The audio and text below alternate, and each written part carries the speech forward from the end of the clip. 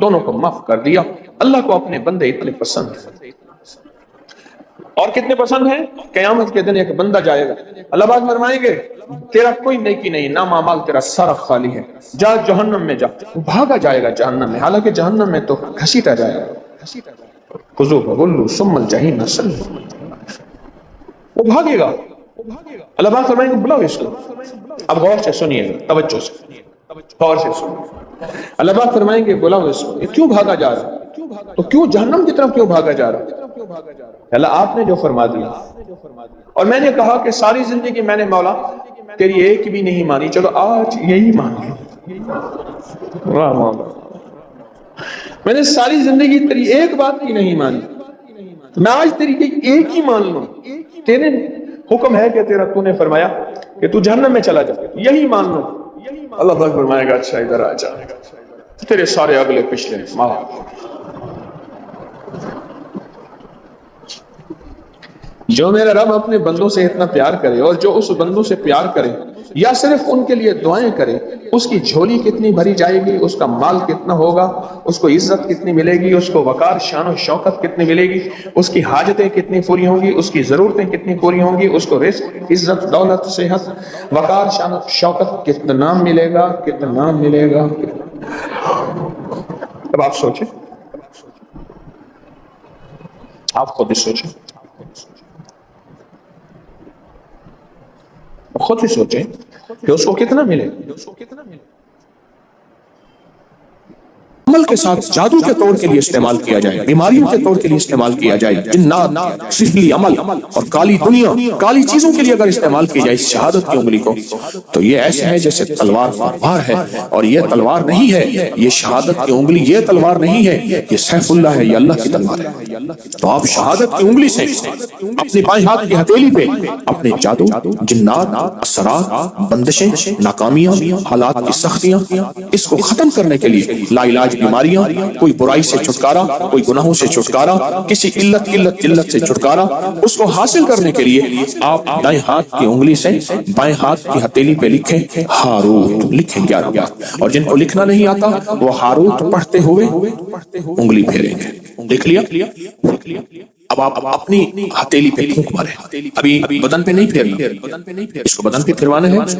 اگلے عمل کے بعد۔ اب اپنی بائیں ہاتھ کی انگلی سے دائیں ہاتھ کی ہتھیلی پر ماروت لکھیں، اسی طرح 11۔ اب میں نے دم بھی کر دیا، اب دونوں ہاتھوں پہ پھونک ماریں، اور پھونک مار کے اپنے بدن پہ، سر پہ، پورے جسم پہ، جہاں تک، اور صرف اپنے نہیں، اپنی نسلوں کا، اپنے گھر والوں کا، پورے نظام کا، ان ساتھ آپ تصور کریں گے کہ بہت طاقتور عمل آپ نے کیا، بہت طاقتور عمل۔ دیکھیے قرآن پاک کے الفاظ ہیں ہاروت اور ماروت، قرآن کے الفاظ ہیں، اور پھر اس کے اندر طاقت ہے، قرآنی طاقت ہے، اس کے اندر قرآنی قوت ہے، اس کے اندر قرآنی نظام ہے، آپ سوچ نہیں سکتے۔ میں صبح شام آپ کو روحانی پیکج کراؤں گا، ظہر کے بعد محفل ہوگی، باقی سارا وقت آپ نے درود پاک پڑھنا ہے، باقی سارا وقت اپنے انفرادی عمل کرنے ہیں، باقی سارا وقت پتہ کیا کرنا ہے، خدمت بھی کرنی ہے، اور اپنی نسلوں کے لیے رزق، وقت، مقدر، نصیب اور برکتیں بھی اللہ سے منوانی ہے۔ کہیں انشاءاللہ۔ سجدوں میں 2 سجدوں کے درمیان ایک دعا ہے، اگر اس کی مشق کر لیں اور مسلسل مشق کر لیں، اللہم اغفر لی ورحمنی وعافنی، مختصر دعا ہے۔ اگر 2 سجدوں کے درمیان اس دعا کا استحضار، اس پہ توجہ، اس پہ ذہان اور اس کی مشق کر لیں، زندگی کے وہ خزانے ملیں گے جو بڑے بڑے لوگ ڈھونڈتے ڈھونڈتے تھک گئے ہیں۔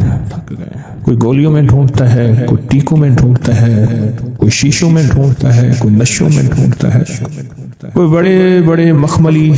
بستروں میں ڈھونڈتا ہے، کوئی بادشاہ بننے کے لیے سیاست میں ڈھونڈتا ہے، پتہ نہیں کہاں ڈھونڈتا ہے بندہ۔ اس دعا میں وہ کائنات کے 3 راز ہیں، اللہم اغفر لی ورحمنی وعافنی۔ سب سے پہلی چیز جو اللہ پاک جل شانہ بندے کو عطا فرماتے ہیں وہ اپنی رضا ہے، مغفرت کے خزانے ہیں۔ زمزم کی دعا کیا ہے؟ اللہم انی اسألک علما نافعا ورزقا واسعا وشفاء من کل داء۔ اس دعا جو اس دعا میں ایک حیرت انگیز مصلحت ہے، یکسانیت ہے، الفاظ کا فرق ہے، مفہوم ایک ہی ہے۔ آپ کبھی غور کیجئے گا، یہ جو دو رکوع کے درمیان، دو سجدوں کے درمیان جو دعا ہے، اللہم اغفر لی ورحمنی وعافنی، مغفرت فرما، رحم فرما، عافیت عطا فرما، عافیت عافیت، دل کی عافیت، دل کا سکون ہے، جذبوں کی عافیت، لاجواب زندگی ہے، ٹینشن فری لائف ہے، عافیت، کھانے میں عافیت ہے، یہ کھانا میرے لیے بیماری نہیں بنا، صحت بنا، ایک قدم کے بعد دوسرے قدم پہ عافیت ہے، میں پھسلا نہیں ہوں، میں چلتا رہا ہوں، بیٹھا ہوں تو اٹھا ہوں، پھر اٹھ کے بیٹھ گیا ہوں، یہ بھی عافیت ہے۔ یہ نوالا خوراک کی نالی میں گیا ہے، پانی کی نالی میں نہیں گیا، پانی میں کی طرف جا رہا ہے، عافیت ہے۔ دیکھیں آپ ایک ہی وقت میں پانی بھی جا رہا، خوراک بھی جا رہی ہے، سانس بھی جا رہی ہے، اب یہ سانس کی نالی میں چلا جائے، عافیت نہیں۔ قریب ہمارے ایک جاننے والے فوت ہوئے،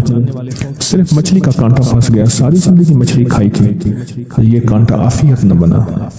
اور یہ کانٹا موت بن گیا۔ اللہم اغفر لی، معاف کر دے۔ جو ہمیشہ معذرت کرتا ہے نا، معافی مانگتا ہے ہمیشہ، رب اس کے لیے اپنے خزانوں کے دروازے، دولت ہے، رزق ہے، صحت ہے، عزت ہے، عافیت ہے، اللہ کھول دیتا ہے۔ عافیت مانگتا ہے اور معافی مانگتا ہے،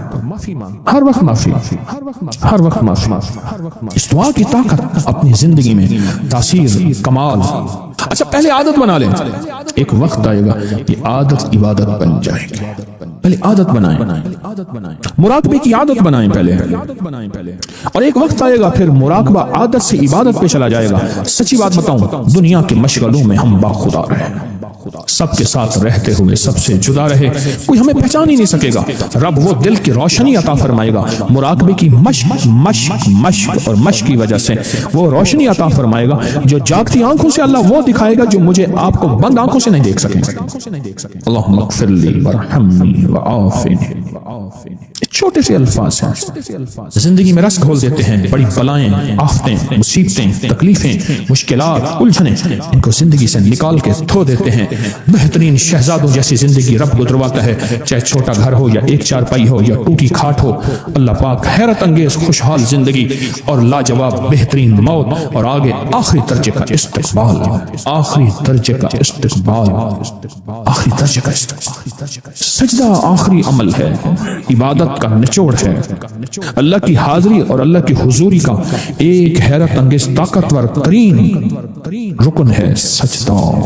اور یہ دو سجدوں کے درمیان دعا ہے، اور موجودہ اس وقت موجودہ جو بے ترتیب زندگی ہے، عدم تحفظ کا شکار اولاد ہے، بیٹی بیٹا ہے، گھر ہے، جیب ہے یا گاڑی ہے یا سواری ہے، عدم تحفظ کا شکار ہے، پتہ نہیں کہ تحفظ کیا ہو، پل میں کیا ہو جائے، گھر کے حالات کیا ہوں، زندگی کے حالات کیا ہوں، آج کیا ہے، کل کیا ہو، کوئی خبر نہیں۔ ان لمحوں میں اس دعا کی اشد ترین ضرورت ہے کہ اللہم اغفر لی ورحمنی، بس رحم فرما، وعافنی، عافیت دے دے،